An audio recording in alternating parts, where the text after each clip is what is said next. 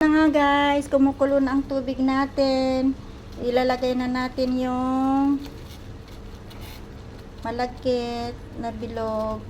Ayan guys. Ilagay na natin yung glutinous rice na binibilog-bilog ko. Ayan guys. Lagay natin.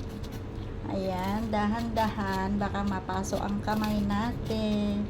Ayan na po guys, ang ating bilo-bilo. Dinahandahan ko lang kasi baka mapaso yung kamay ko guys. Ayan.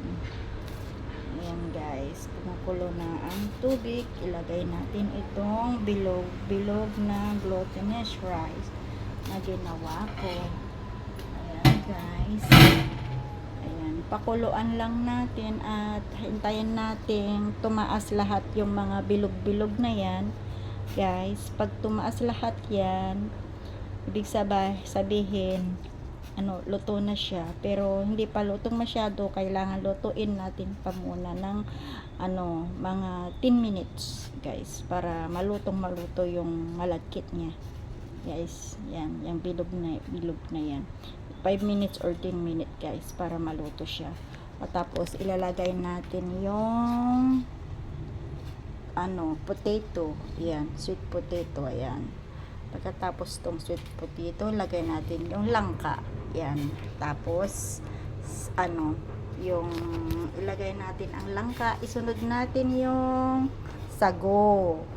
Pagkatapos ng sago, huli nating lalagay yung saba kasi malambot siya guys. Saka madaling maluto ang saba. Tapos, ilagay na natin yung gata.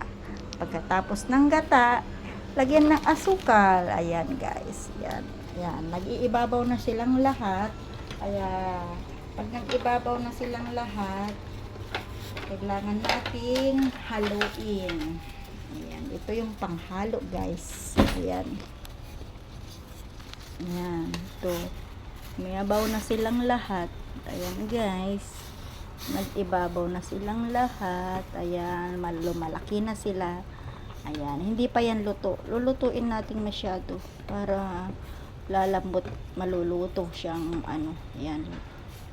Ayan, tumaas na siya guys. Ayan. Hindi pa yan luto guys ha. Wag mo natin ilalagay muna yung kamote. Ayan.